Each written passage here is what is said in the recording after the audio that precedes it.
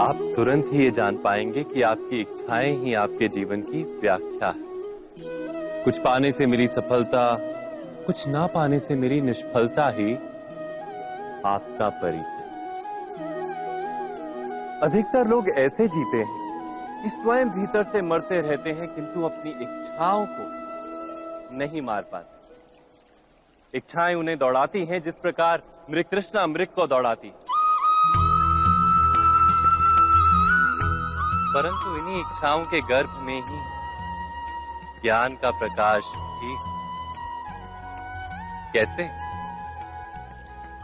जब इच्छाएं अपूर्ण रहती और टूटती, तब वहीं से ज्ञान की किरण प्रवेश करती है मनुष्य के हृदय।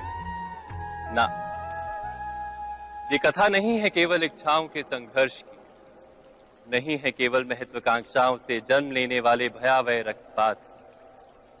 ये कथा है इच्छाओं के गर्भ से उदित होते हुए ज्ञान की।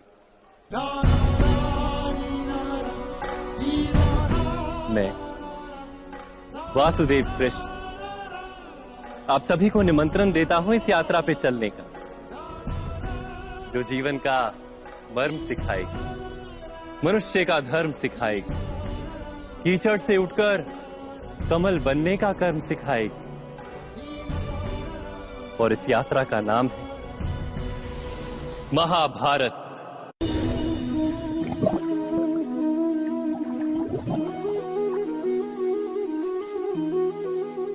इस संसार में आने वाला प्रत्येक बालक संपूर्णतः संस्कार रहित होता है। उसके अंतर पर ना किसी अच्छे संस्कार के चिन्ह अंकित होते हैं, ना ही बुरे संस्कार के। अर्थात जन्म से बालक में ना कोई गुण होता है और ना ही कोई दोष। तो ये दोष अथवा गुण किस प्रकार प्राप्त होते हैं? क्या हमने कभी विचार किया है? जो बात माता पिता के मुख से निरंतर सुनी जाती है, वही बात उनकी संतानों के हृदय का संस्कार बनती है। जैसे किसी गांव में नदी तट तक एक पगडंडी बन जाती है केवल उस मार्ग पर बार बार चलने के कारण। अर्थात माता पिता के हृदय की इच्छाएं उनकी संतानों के हृदय का दोष अथवा गुण बनकर जन्म लेती हैं। क्या ये सत्य नहीं? पर फिर भी जब उनकी संतानों में कोई दोष दिखाई देता है तो माता पिता आश्चर्य और दुख से भर जाते। माता पिता का हृदय ये प्रश्न करता है कि उनकी संतानों में ये कुसंस्कार आए कहां से। सत्य तो यही है कि माता पिता अपनी संतानों को अनजाने में ही कुसंस्कार के बीज दे देते हैं, जो उनके संतानों की हृदय भूमि पर कुसंस्कार का वृक्ष बनकर उगता है। अर्थात अपनी संतानों को सुसंस्कारी और धर्ममय बनाने की आशा रखने वाले प्रत्येक माता पिता को प्रथम अपने हृदय की इच्छाओं पर अंकुश रखना क्या अनिवार्य नहीं?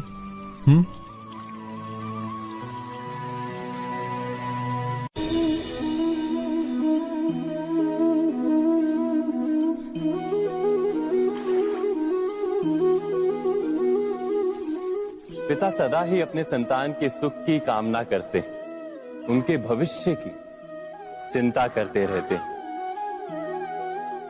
इसी कारणवश सदा ही अपने संतानों के भविष्य का मार्ग स्वयं निश्चित करने का प्रयत्न करते रहते हैं। जिस मार्ग पर पिता स्वयं चला है, जिस मार्ग के कंकर पत्थर को स्वयं देखा है, मार्ग की छाया, मार्ग की धूप को स्वयं जाना है, उसी मार्ग पर उसका पुत्र भी चले, यही इच्छा रहती है हर पिता की। निस्संदेह उत्तम भावना है ये, किंतु 3 प्रश्नों के ऊपर विचार करना हम भूल ही जाते हैं। कौन से प्रश्न? प्रथम प्रश्न, क्या समय के साथ प्रत्येक मार्ग बदल नहीं जाते? क्या समय सदा ही नई चुनौतियों को लेकर नहीं आता? तो फिर बीते हुए समय के अनुभव नई पीढ़ी को किस प्रकार लाभ दे सकते हैं? दूसरा प्रश्न, क्या प्रत्येक संतान अपने माता पिता की छवि होता है? हाँ, संतानों को संस्कार तो अवश्य माता पिता देते हैं, किंतु भीतर की क्षमता तो ईश्वर देते हैं। तो जिस मार्ग पर पिता को सफलता मिली है, विश्वास है कि उसी मार्ग पर उसकी संतानों को भी सफलता और सुख प्राप्त होगा। तीसरा प्रश्न, क्या जीवन के संघर्ष और चुनौतियां लाभकारी नहीं होती? क्या प्रत्येक नया प्रश्न एक नए उत्तर का द्वार नहीं खोलता? तो फिर संतानों को नए नए प्रश्नों, संघर्षों और चुनौतियों से दूर रखना, ये उनके लिए लाभ करना कहलाएगा या हानि पहुंचाना? अर्थात जिस प्रकार संतान के भविष्य का निर्माण करने के बदले उसके चरित्र का निर्माण करना श्रेष्ठ है, वैसे ही संतानों के जीवन का मार्ग निश्चित करने के बदले उन्हें नए संघर्षों के साथ जूझने के लिए मनोबल व ज्ञान देना अधिक लाभदायक नहीं होगा? स्वयं विचार कीजिए।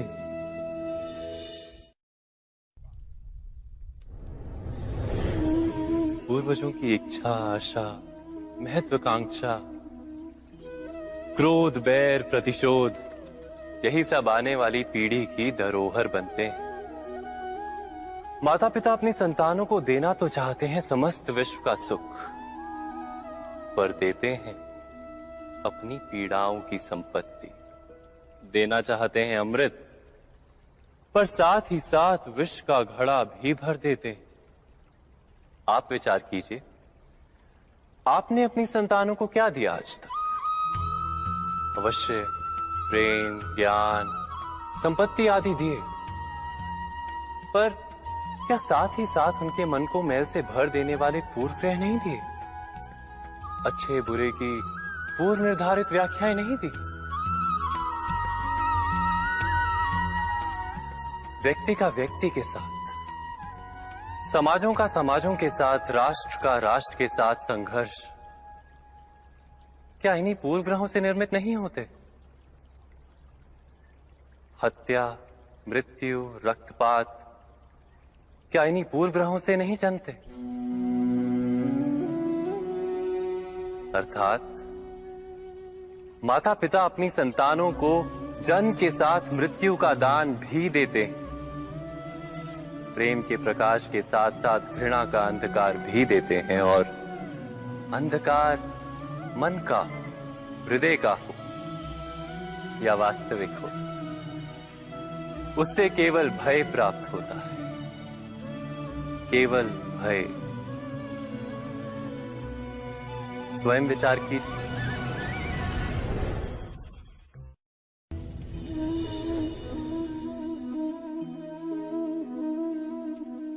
मनुष्य का स्वभाव है कि वो स्वयं को, अपने परिवार को, अपनी संतानों को अधिकतम सुख प्राप्त हो ऐसी इच्छा रखता है। इसी कारण से हम सदा श्रम और कष्ट से अंतर रखते हैं, विश्राम और सुविधाओं को बढ़ाने का प्रयास करते हैं। स्वयं अपने जीवन का विचार कीजिए, क्या ये सत्य नहीं कि हम अपनी संतानों के लिए सदा ही विश्राम और सुविधा का आयोजन करते हैं? पर क्या कभी सोचा है केवल विश्राम से क्या लाभ प्राप्त होता है? केवल सुख और सुविधा जिन्हें प्राप्त हो, उनका जीवन कैसा होता है? शरीर जब श्रम करता है तो अधिक स्वस्थ बनता है। बुद्धि भी जब कठिन चुनौतियों का सामना करती है तो अधिक तेजस्वी बनती है।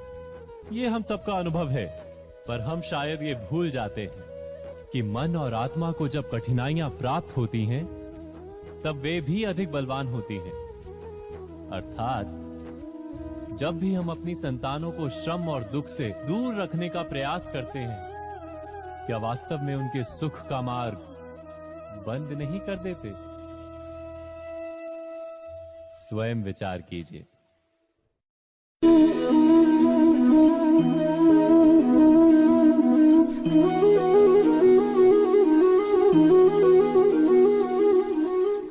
संतानों के भविष्य को सुख से भरने का प्रयत्न करना, यही हर माता पिता का प्रथम कर्तव्य होता है। जिन्हें आप इस संसार में लाए और जिनके कर्मों से ये जगत आपका भी परिचय पाएगा भविष्य में, उनके भविष्य के सुख की योजना करने से अधिक महत्व और हो भी क्या सकता है। किंतु सुख और सुरक्षा, क्या ये मनुष्य के कर्मों से प्राप्त नहीं होते?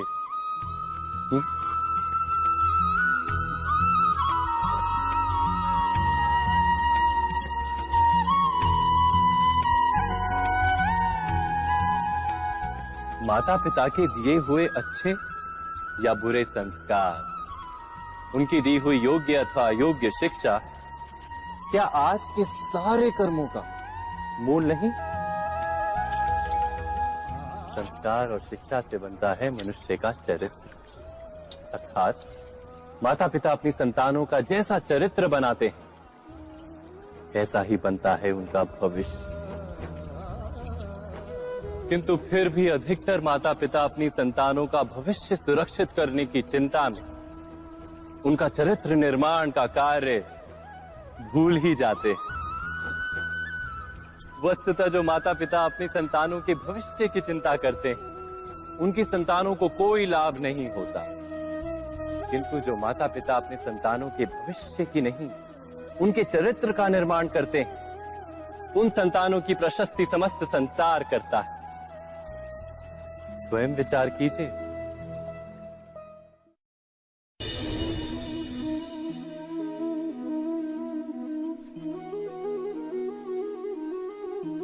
एक ही गुरु के पास शिक्षा प्राप्त करने वाले सारे शिष्य एक समान विद्या प्राप्त नहीं कर पाते। सारे शिष्य गुरु की बातें सुनते हुए अवश्य दिखाई देते हैं, उनकी पूजा करते हुए दिखाई देते हैं, किंतु एक समान विद्या प्राप्त नहीं कर पाते। क्या कभी विचार किया है ऐसा क्यों होता है? सत्य तो ये है कि विद्या प्राप्त ना कर पाने वाले शिष्य समर्पण का दिखावा तो करते हैं, किंतु समर्पण का वास्तविक अर्थ नहीं समझ पाते। गुरु के चरणों में फूल चढ़ाने से अथवा गुरु का आदेश मानने मात्र से क्या समर्पण सिद्ध होता है? नहीं। समर्पण का वास्तविक अर्थ है जब गुरु के प्रति मन में कोई संदेह ना रहे, गुरु के मुख से आदेश निकले उससे पूर्व शिष्य उस कार्य को पूरा कर दे। गुरु के विचारों के साथ शिष्य के विचार एक हो जाए। शिष्य जब तक अपने गुरु में ब्रह्मा विष्णु महेश इनके रूप ना देख ले तब तक उसका समर्पण सत्य नहीं। वास्तव में समर्पण किसी कार्य का नाम नहीं, समर्पण तो हृदय की भावना और मन की स्थिति का नाम है। अर्थात हमारे अज्ञान में क्या दोष केवल हमारे मन का नहीं? स्वयं विचार कीजिए।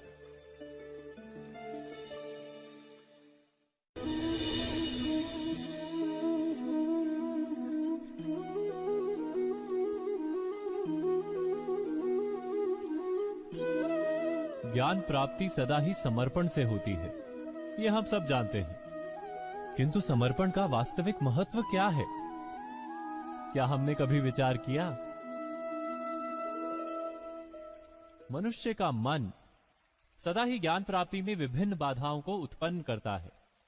कभी किसी अन्य विद्यार्थी से ईर्ष्या हो जाती है, कभी पढ़ाए हुए पाठों पर संदेह जन्मता है और कभी गुरु द्वारा दिया गया दंड मन को अहंकार से भर देता है। नहीं, क्या ऐसा नहीं होता? न जाने कैसे कैसे विचार मन को भटकाते हैं और मन की इसी अयोग्य स्थिति के कारण हम ज्ञान प्राप्त नहीं कर पाते। मन की योग्य स्थिति केवल समर्पण से निर्मित होती है। समर्पण मनुष्य के अहंकार का नाश करता है। ईर्ष्या, महत्वाकांक्षा आदि भावनाओं को दूर कर हृदय को शांत करता है और मन को एकाग्र करता है। वास्तव में ईश्वर की सृष्टि में ना ज्ञान की मर्यादा है ना ज्ञानियों की। गुरु दत्तात्रेय ने तो गाय और श्वान से भी ज्ञान प्राप्त कर लिया था। अर्थात विषय ब्रह्म ज्ञान का हो या जीवन के ज्ञान का या गुरुकुल में प्राप्त होने वाले ज्ञान का, उसकी प्राप्ति के लिए गुरु से अधिक महत्व है उस गुरु के प्रति हमारा समर्पण। क्या ये सत्य नहीं? स्वयं विचार कीजिए।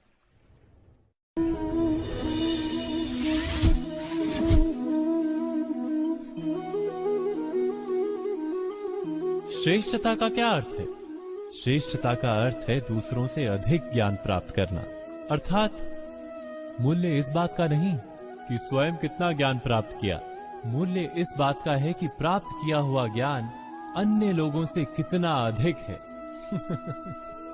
अर्थात श्रेष्ठता की इच्छा ज्ञान प्राप्ति को भी एक स्पर्धा बना देती है, और स्पर्धा में विजय अंतिम कब होती है?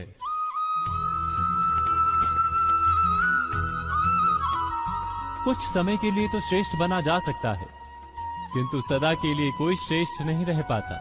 फिर वही असंतोष, पीड़ा और संघर्ष जन्म लेता है। किंतु श्रेष्ठ बनने के बदले यदि उत्तम बनने का प्रयत्न करें तो क्या होगा? उत्तम का अर्थ है कि जितना प्राप्त करने योग्य है वो सब प्राप्त करना, किसी से अधिक पाने की इच्छा से नहीं, मात्र आत्मा की तृप्ति हेतु कुछ प्राप्त करना। उत्तम के मार्ग पर किसी अन्य से स्पर्धा नहीं होती, स्वयं अपने आप से स्पर्धा होती है। अर्थात उत्तम बनने का प्रयत्न करने वाले को देर अबेर सारा ज्ञान प्राप्त हो जाता है, बिना प्रयत्न के ही वो श्रेष्ठ बन जाता है। किंतु जो श्रेष्ठ बनने का प्रयत्न करता है वो श्रेष्ठ बने या ना बने, उत्तम कभी नहीं बन पाता।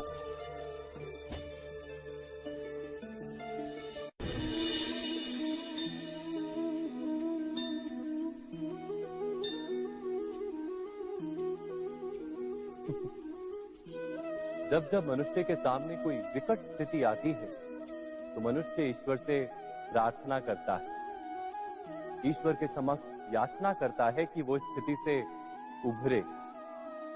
किंतु इस प्रार्थना का वास्तविक रूप क्या है? क्या ये हमने कभी विचार किया है? प्रार्थना का अर्थ है अपनी सारी आशंकाएं, सारी चिंताएं, सारे संकल्प विकल्प, अपनी सारी योजनाएं ईश्वर के चरणों पर रख देना। अर्थात अपने कर्म का फल क्या होगा इसकी चिंता ना करके धर्म के अनुरूप कर्म करना, ईश्वर की योजना को अपनी नियति मानना, यही प्रार्थना है ना।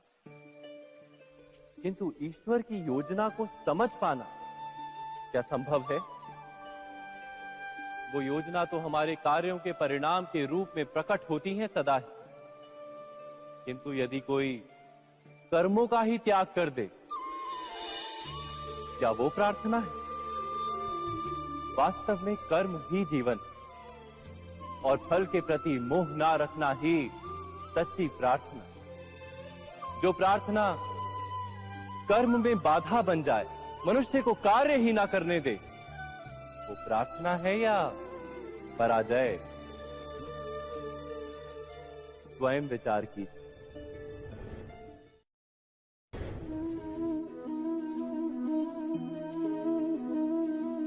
मनुष्य के जीवन का चालक है भय।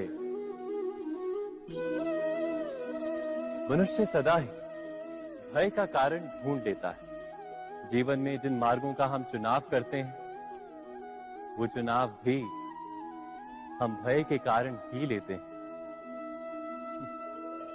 किंतु क्या ये भय वास्तविक होता है? विचार कीजिए।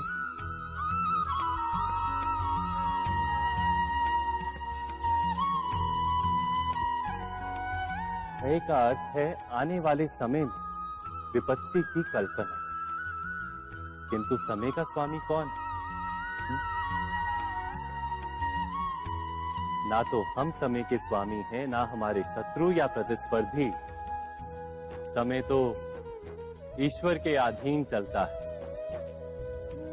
तो क्या यदि कोई आपको हानि पहुंचाने के लिए केवल योजना बनाता है, वो वास्तव में आपको हानि पहुंचा सकता है? नहीं, किंतु भय से भरा हुआ हृदय हमें अधिक हानि पहुंचाता है। क्या ये सत्य नहीं?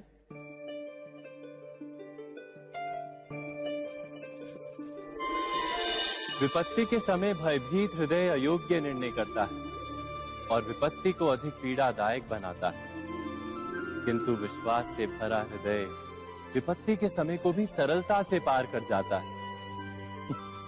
अर्थात जिस कारण से मनुष्य हृदय में भय को स्थान देता है, भय ठीक उससे विपरीत कार्य करता है। क्या ये सत्य नहीं? स्वयं विचार कीजिए।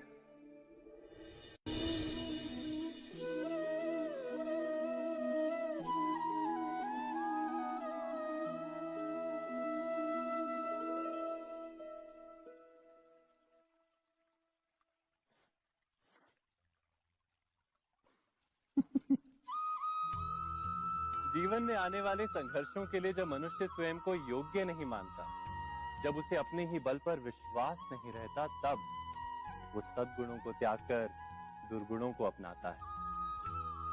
वस्तुतः मनुष्य के जीवन में दुर्जनता जन्म ही तब लेती है जब उसके अंतर में आत्मविश्वास नहीं होता। आत्मविश्वास ही अच्छाई को धारण करता है। ये आत्मविश्वास है क्या?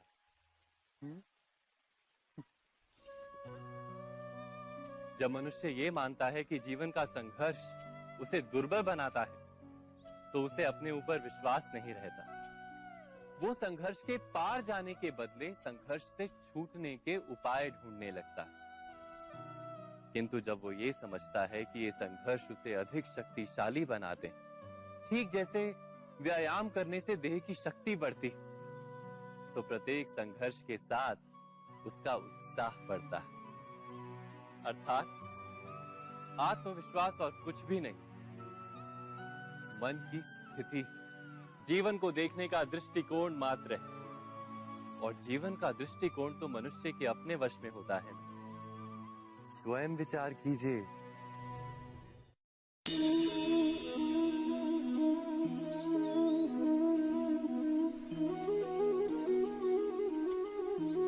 जब अपने किसी अच्छे कार्य के उत्तर में दुख प्राप्त होता है अथवा किसी को उसके दुष्ट कार्य में सुख मिलता है, तो मन अवश्य ये विचार करता है कि अच्छा कार्य करने का, धर्म के मार्ग पर चलने का तात्पर्य क्या है।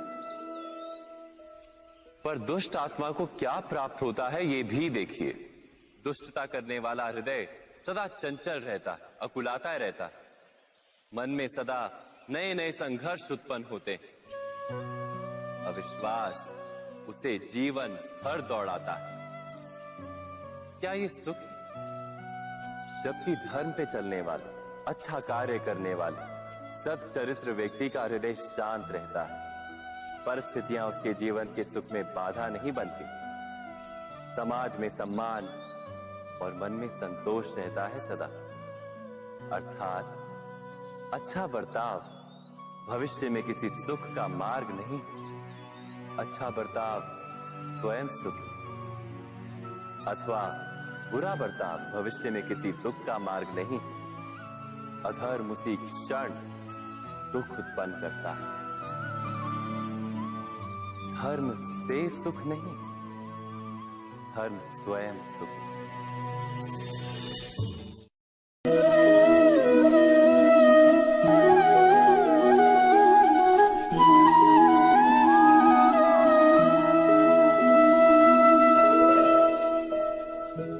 जब किसी व्यक्ति को किसी घटना में अन्याय का अनुभव होता है, तो वो घटना उसके अंतर को झकझोर देती। समस्त जगत उसे अपना शत्रु प्रतीत होता है। अन्याय लगने वाली घटना जितनी बड़ी होती है, मनुष्य का हृदय भी उतना ही अधिक विरोध करता है। उस घटना के उत्तर में वो न्याय मांगता है, और ये योग्य भी है। वास्तव में समाज में किसी भी प्रकार का अन्याय व्यक्ति की आस्था और विश्वास का नाश है। किंतु ये न्याय क्या है? न्याय का अर्थ क्या है? अन्याय करने वाले को अपने कार्य पर पश्चाताप हो और अन्याय भुगतने वाले के मन में फिर से विश्वास जगे समाज के प्रति। इतना ही अर्थ है ना न्याय का।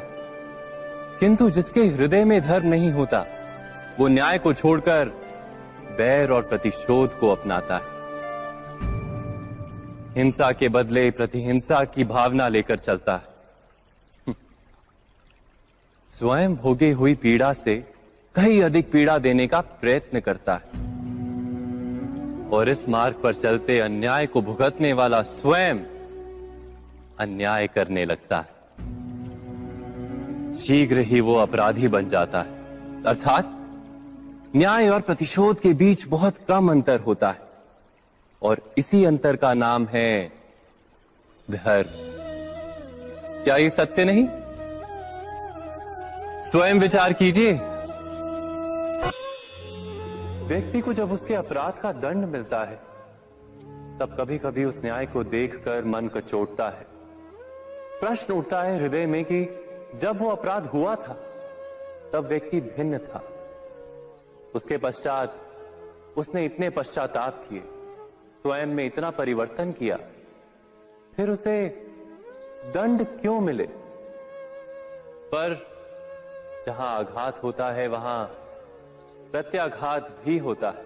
जैसा कर्म वैसा फल। यदि किसी को प्रेम दोगे तो सुख प्राप्त होगा, यदि किसी की हत्या करोगे तो मृत्यु दंड मिलेगा। जैसा कार्य वैसा ही न्याय। तो फिर प्रायश्चित और पश्चाताप का कोई मूल्य नहीं है? अवश्य है मूल्य। प्रायश्चित और पश्चाताप मनुष्य की आत्मा को बलवान करता है। आने वाले दंड को स्वीकार करने के लिए मनुष्य को तैयार करता है। अर्थात बिना प्रायश्चित के दंड स्वीकार करने का कोई मूल्य है? स्वयं विचार कीजिए। मनुष्य के हृदय में भय का साम्राज्य रहता है सदा। कभी संपत्ति के नाश का भय, कभी अपमान का भय, कभी अपनों से छूट जाने का भय। इसीलिए भय का होना सबको स्वाभाविक ही लगता है। क्या कभी विचार किया है, जो स्थिति अथवा वस्तु भय को जन्म देती है, क्या वहीं से वास्तव में दुख आता है? नहीं, ऐसा तो कोई नियम नहीं। और सबका अनुभव तो ये बताता है कि भय धारण करने से भविष्य के दुख का निवारण नहीं होता। भय केवल आने वाले दुख की कल्पना मात्र ही है। वास्तविकता से इसका कोई संबंध नहीं है। तो क्या ये जानते हुए भी कि भय कुछ और नहीं, केवल कल्पना मात्र ही है, इससे मुक्त होकर निर्भय बन पाना क्या बहुत कठिन है? अवश्य विचार कीजिएगा।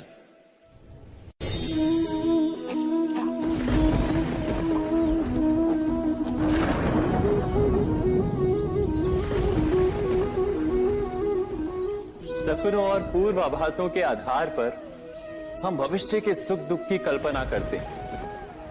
भविष्य के दुख का कारण दूर करने के लिए हम आज योजना बनाते हैं।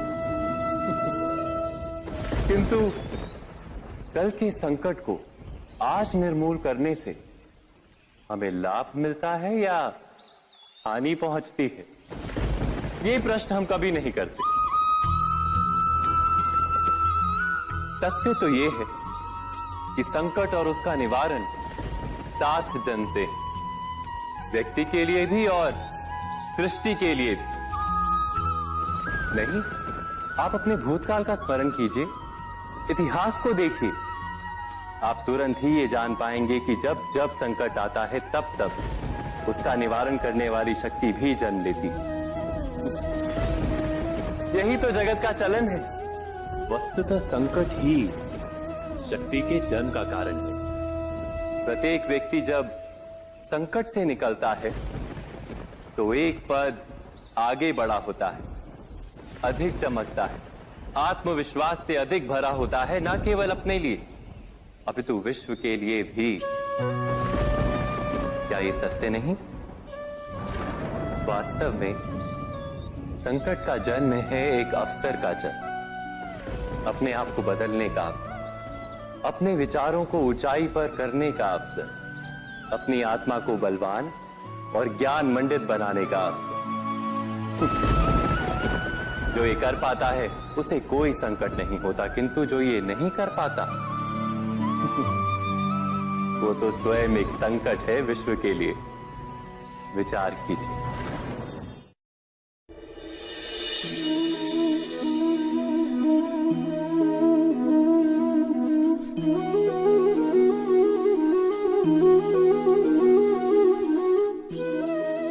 जीवन का हर क्षण निर्णय का क्षण होता है।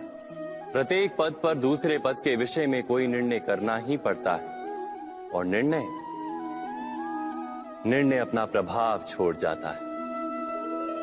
आज किए गए निर्णय भविष्य में सुख अथवा दुख निर्मित करते हैं, ना केवल अपने लिए, अपने परिवार के लिए भी, आने वाली पीढ़ियों के लिए भी। जब कोई दुविधा सामने आती है तो मन व्याकुल हो जाता है, अनिश्चय से भर जाता है। निर्णय का वो क्षण युद्ध बन जाता है और मन बन जाता है युद्ध भूमि। अधिकतर निर्णय हम दुविधा का उपाय करने के लिए नहीं, केवल मन को शांत करने के लिए लेते हैं। पर क्या कोई दौड़ते हुए भोजन कर सकता है? नहीं। तो क्या युद्ध से जूझता हुआ मन कोई योग्य निर्णय ले पाएगा? वास्तव में शांत मन से जब कोई निर्णय करता है तो अपने लिए सुखद भविष्य बनाता है, किंतु अपने मन को शांत करने के लिए जब कोई निर्णय करता है तो वो व्यक्ति भविष्य में अपने लिए कांटों भरा वृक्ष लगाता है। स्वयं विचार कीजिएगा।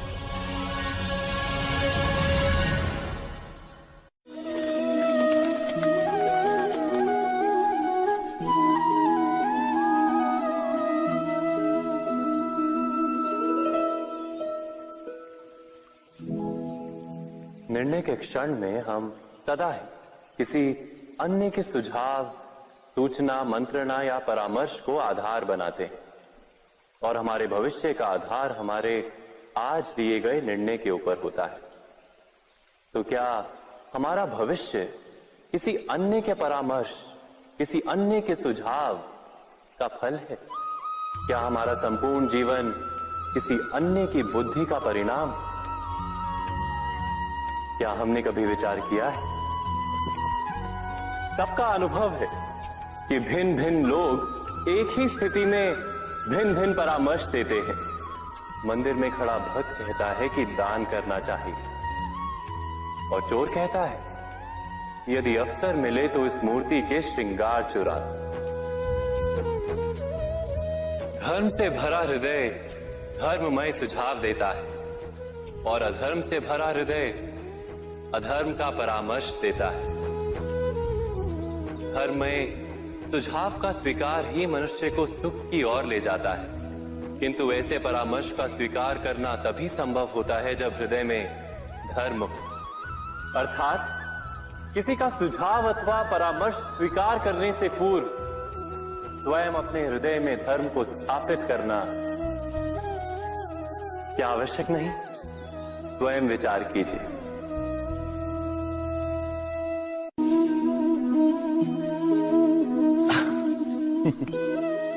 मनुष्य के सारे संबंधों का आधार है अपेक्षा। पति कैसा हो जो मेरा जीवन सुख और सुविधा से भर दे? पत्नी कैसी हो जो सदैव मेरे प्रति समर्पित रहे। संतान कैसी हो जो मेरी सेवा करे, मेरा आदेश माने।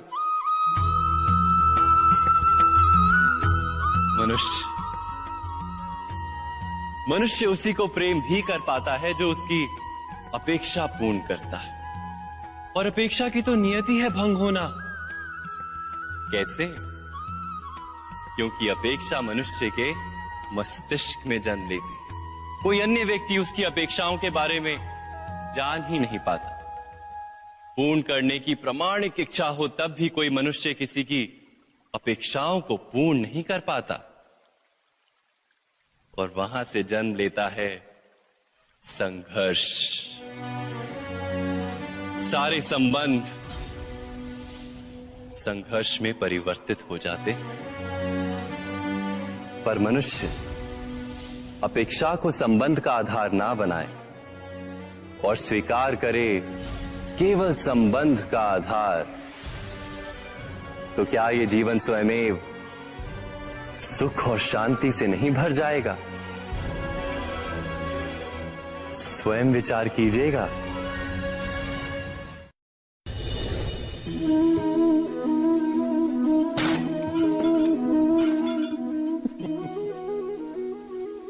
कभी कभी कोई घटना मनुष्य के जीवन की सारी योजनाओं को तोड़ देती, और मनुष्य उस आघात को अपने जीवन का केंद्र मान लेता।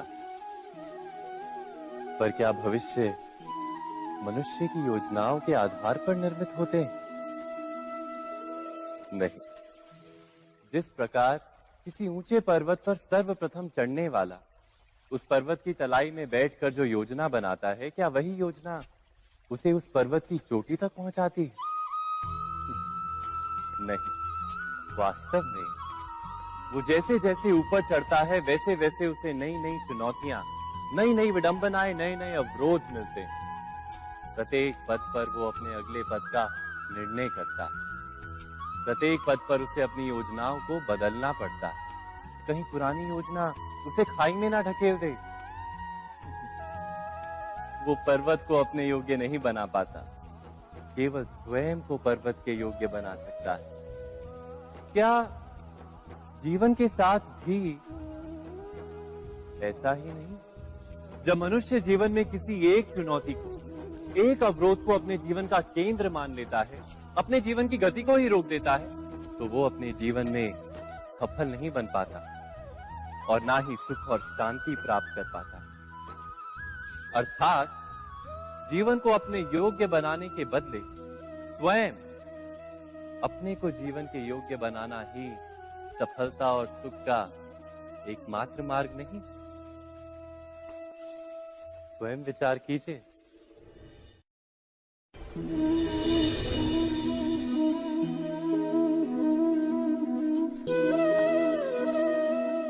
सत्ता की लालसा सबके हृदय को घेरे रहती है। प्रत्येक व्यक्ति अपना एक राष्ट्र निर्मित करने का प्रयत्न अवश्य करता है। फिर वो राष्ट्र कुरु राष्ट्र की भांति बहुत बड़ा हो या फिर अपने परिवार तक सीमित हो, वो सत्ता प्राप्त करने का प्रयास अवश्य करता है। किंतु सत्ता का वास्तविक रूप क्या है? क्या हमने कभी विचार किया है? एक मनुष्य जितने अधिक लोगों के जीवन को प्रभावित कर सके, जितने अधिक लोगों के जीवन की स्वतंत्रता पर अंकुश रख सके, उतनी ही अधिक सत्ता का अनुभव करता है वो। सत्ता का वास्तविक रूप ही है अन्य के जीवन पर स्वयं का प्रभाव। किंतु क्या वास्तविक प्रभाव प्रेम, दया, करुणा और धर्म से निर्मित नहीं होता? जब भी मनुष्य कठोरता और अधर्म से सत्ता प्राप्त करने का प्रयत्न करता है, तब वो दूसरों के हृदय में विरोध अथवा विद्रोह को जन्म देता है। और परिणाम कुछ इस प्रकार। हां, कुछ समय के लिए वो स्वयं को प्रभावी और शक्तिशाली अवश्य पाता है, किंतु वो वास्तविक सत्ता नहीं। यही कारण है कि भृगु और वशिष्ठ जैसे ऋषियों की आज भी पूजा की जाती है, रावण और हिरण्यकश्यप की नहीं। इस पर तो आप विचार अवश्य करें। सत्य कहा ना।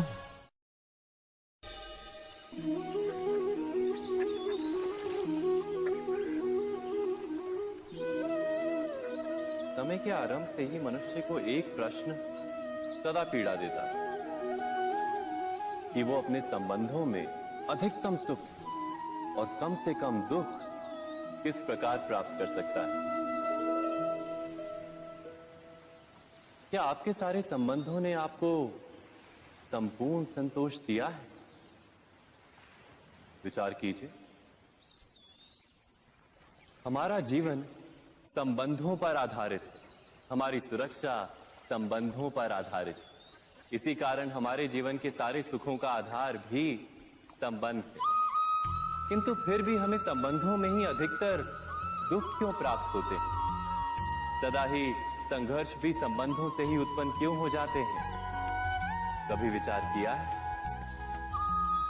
जब कोई व्यक्ति किसी अन्य व्यक्ति के विचार अथवा कार्य को स्वीकार नहीं करता, उसमें परिवर्तन करने का प्रयत्न करता है, तो संघर्ष जन्म लेता है।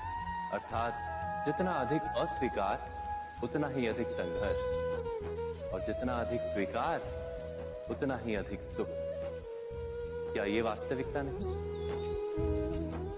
यदि मनुष्य स्वयं अपनी अपेक्षाओं पर अंकुश रखे, अपने विचारों को परखे, किसी अन्य व्यक्ति में परिवर्तन करने का प्रयत्न ना कर स्वयं अपने भीतर परिवर्तन करने का प्रयास करे, तो क्या संबंधों में संतोष प्राप्त करना इतना कठिन? अर्थात क्या स्वीकार ही संबंध का वास्तविक अर्थ नहीं? स्वयं विचार कीजिए। दो व्यक्ति जब निकट आते हैं तो एक दूसरे के लिए सीमाएं और मर्यादाएं निर्मित करने का प्रयत्न अवश्य करते हैं। हम यदि सारे संबंधों पर विचार करें तो देखेंगे कि इन सारे संबंधों का आधार यही सीमाएं हैं जो हम दूसरों के लिए निर्मित करते हैं। और यदि अनजाने में भी कोई अन्य व्यक्ति इन सीमाओं को तोड़ता है तो उसी क्षण हमारा हृदय क्रोध से भर जाता है। इन सीमाओं का वास्तविक रूप क्या है? क्या हमने कभी विचार किया? सीमाओं के द्वारा हम दूसरे व्यक्ति को निर्णय करने की अनुमति नहीं देते। अपना निर्णय उस व्यक्ति पर थोपते हैं, अर्थात किसी की स्वतंत्रता का अस्वीकार करते हैं हम। और जब स्वतंत्रता का अस्वीकार किया जाता है तो उसका हृदय दुख से भर जाता है। और जब वो सीमाओं को तोड़ता है तो हमारा हृदय क्रोध से भर जाता है। क्या ऐसा नहीं होता?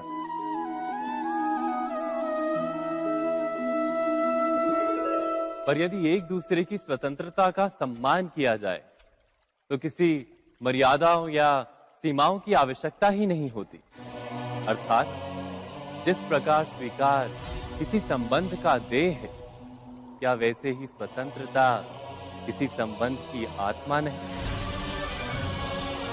स्वयं विचार कीजिए।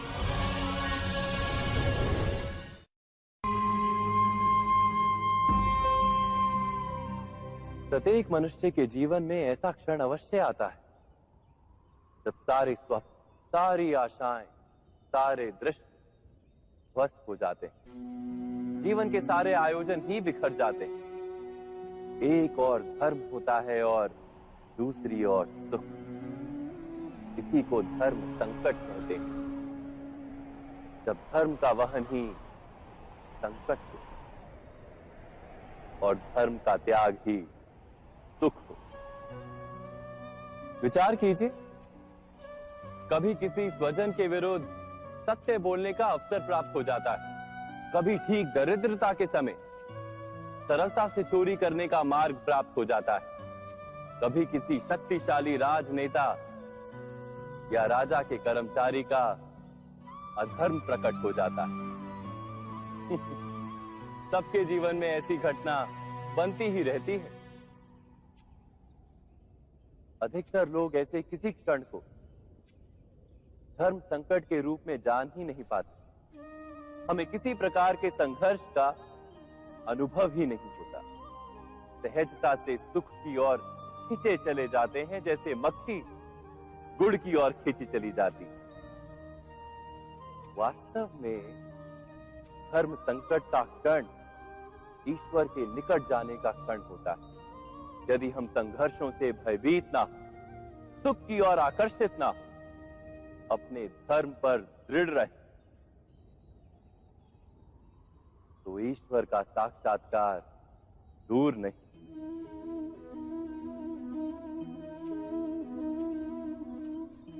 पवन से युद्ध करने वाला पत्ता यदि पेड़ से गिरता है तो भी आकाश की ओर उठता है।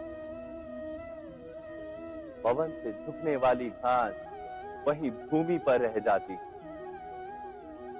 अर्थात धर्म संकट से यदि हम संकट को ही टाल दें तो सुख तो मिलता है, जीवन बढ़ता है, किंतु क्या चरित्र नहीं टूटता? क्या आत्मा दरिद्र नहीं हो जाती? क्या ईश्वर से अंतर नहीं हो जाता? स्वयं विचार कीजिए। जब भी किसी की आशा और इच्छा भंग होती है तो उसका हृदय क्रोध से भर जाता है। जिस व्यक्ति को वो अपना अपराधी समझता है उसे दंड देने का प्रयत्न करता है। पर क्या हमारी इच्छा या आशा का भंग होना क्या सदा ही किसी का अपराध होता है? इच्छाओं के अपूर्ण रहने के तो कई कारण हो सकते हैं। कुछ तो संजोग के कारण अधूरी रह जाती हैं और कुछ नियति के कारण। और कभी कभी इच्छाओं का स्वरूप ही ऐसा होता है कि वो पूर्ण नहीं हो पाती। बिना परिस्थिति पर विचार किए किसी को अपराधी मान लेना न्याय नहीं, प्रतिशोध है। न्याय का आधार तो दया है, करुणा है, और प्रतिशोध का आधार क्रोध, अहंकार। अर्थात हृदय में करुणा धारण किए बिना किसी के अपराध के विषय में विचार करना, किसी को दंड देना, क्या अपने आप में ही अन्याय नहीं? स्वयं विचार कीजिए।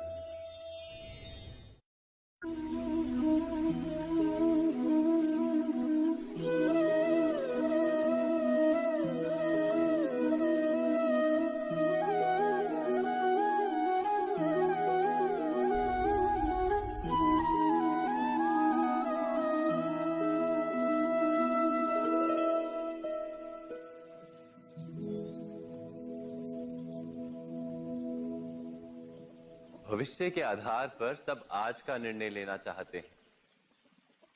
भविष्य में सुख मिले, भविष्य सुरक्षित हो, ऐसे निर्णय आज लेने का प्रयत्न रहता है सबका। आप अपने जीवन को देखिए, क्या आपके अधिकतर निर्णय के पीछे भविष्य का विचार नहीं होता? और हो भी क्यों ना, अपने जीवन को सरल और सुखमय बनाने का प्रयत्न करने का अधिकार सबका है। पर भविष्य तो कोई नहीं जानता, केवल कल्पना ही की जा सकती है।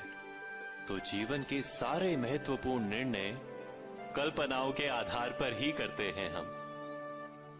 क्या निर्णय करने का कोई तीसरा मार्ग हो सकता है? विचार कीजिए। सारे सुखों का आधार धर्म है और वो धर्म मनुष्य के हृदय में बसता है।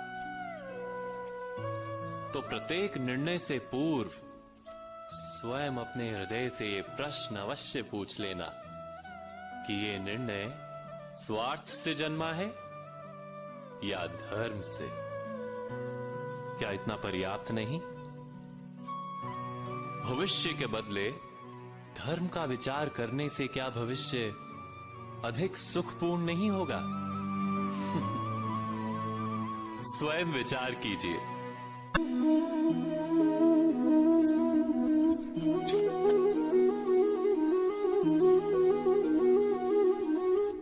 भविष्य का दूसरा नाम है संघर्ष। हृदय में आज इच्छा होती है और यदि पूर्ण नहीं हो पाती तो हृदय भविष्य की योजना बनाता है। भविष्य में इच्छा पूर्ण होगी ऐसी कल्पना करता रहता है, किंतु जीवन जीवन ना तो भविष्य में है ना अतीत में। जीवन तो इस क्षण का नाम, अर्थात इस क्षण का अनुभव ही जीवन का अनुभव। पर हम ये जानते हुए भी इतना सा सत्य समझ नहीं पाते। या तो हम बीते हुए समय के स्मरणों को घेर कर बैठे रहते हैं, या फिर आने वाले समय के लिए हम योजनाएं बनाते रहते हैं। और जीवन जीवन बीत जाता है। एक सत्य यदि हम हृदय में उतार लें कि ना हम भविष्य देख सकते हैं, ना ही भविष्य निर्मित कर सकते हैं, हम तो केवल धैर्य और साहस के साथ भविष्य को आलिंगन दे सकते हैं, स्वागत कर सकते हैं भविष्य का। तो क्या जीवन का हर पल जीवन से नहीं भर जाएगा? स्वयं विचार कीजिए।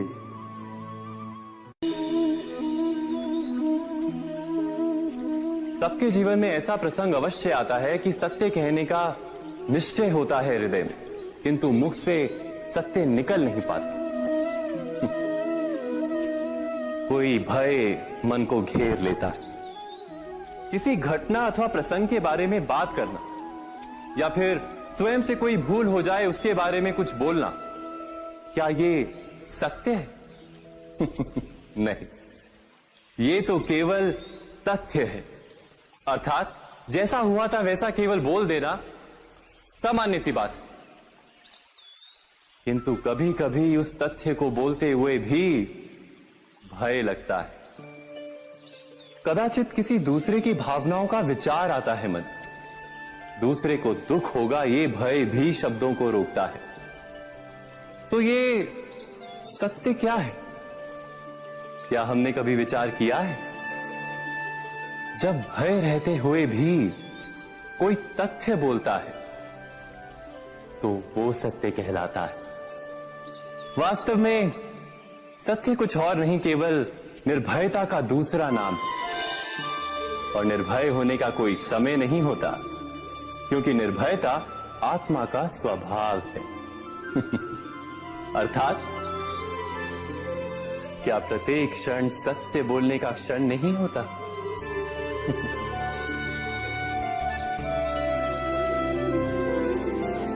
स्वयं विचार कीजिए।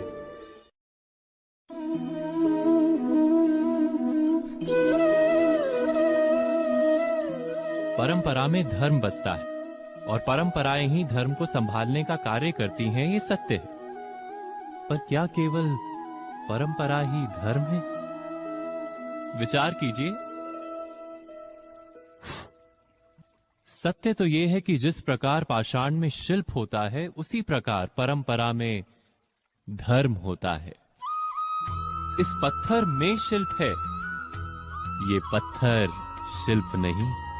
शिल्प को उजागर करने के लिए उसे तोड़ना पड़ता है, अनावश्यक भागों को दूर करना पड़ता है। ठीक उसी प्रकार परंपराओं में धर्म ढूंढना पड़ता है। जिस प्रकार इंद्र पूजा की परंपरा को तोड़कर गोवर्धन पूजा का धर्म ना ढूंढा जाता, तो यादवों को उनकी मुक्ति का मार्ग नहीं मिल पाता। अर्थात परंपरा को पूर्णता छोड़ देने वाला धर्म से वंचित रह जाता है, और परंपरा का अंध अनुकरण करने वाला भी धर्म को प्राप्त नहीं कर पाता। कहते हैं हंस के पास नीर क्षीर विवेक होता है। दूध में मिले पानी को छोड़कर केवल दूध ही ग्रहण करता है। तो क्या सच्चा धर्म प्राप्त करने के लिए हृदय में ज्ञान से जन्मा विवेक आवश्यक है? और ऐसे विवेक के बिना जिसे धर्म मान भी लिया जाए, जो वास्तव में धर्म ना भी हो, ऐसा भी तो हो सकता है।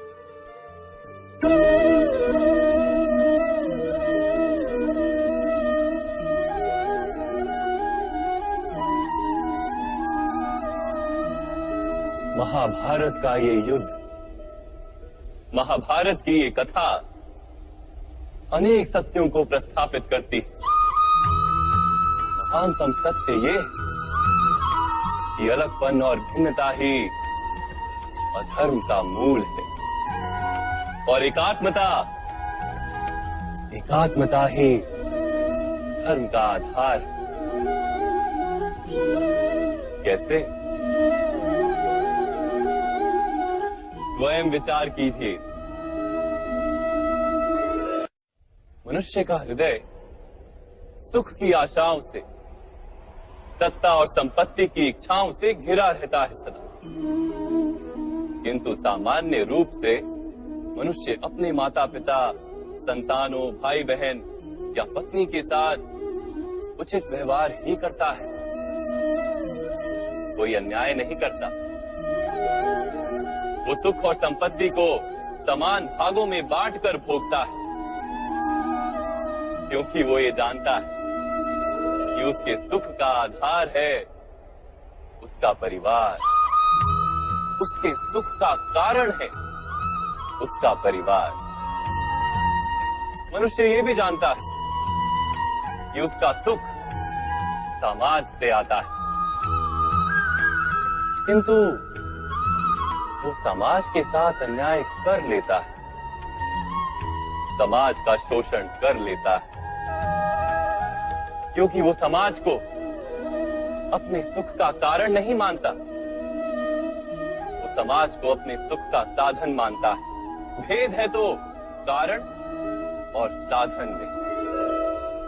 मनुष्य को जब ये बोध हो जाता है कि सारा संसार परमात्मा का ही रूप है, प्रत्येक जीव परमात्मा का ही अंश है, अर्थात कोई पराया नहीं, सब अपने, ये सारा संसार अपना ही है, अपना ही परिवार है, तो क्रोध का कोई कारण ही नहीं रह जाता। सारे संघर्ष, सारा वैर, सारा प्रतिशोध नष्ट हो जाता है। अंतर में परमात्मा और संसार में एकात्मता, यही धर्म का मूल सिद्धांत है। महाभारत की ये यात्रा क्रोध से बोध की यात्रा है, भिन्नता से एकात्मता की यात्रा है। भूमि पर वास करने वाली प्रजा जब तक इस महाभारत की कथा को अपने स्मरणों में जीवित रखेगी, तब तक ऐसा विध्वंस पुनः नहीं होगा। कोई भी शक्ति इसकी महत्ता का वस्त्र हरण नहीं कर पाएगी। इस यात्रा में मेरे साथ प्रवास करने वालों को मैं अभिनंदन देता हूं।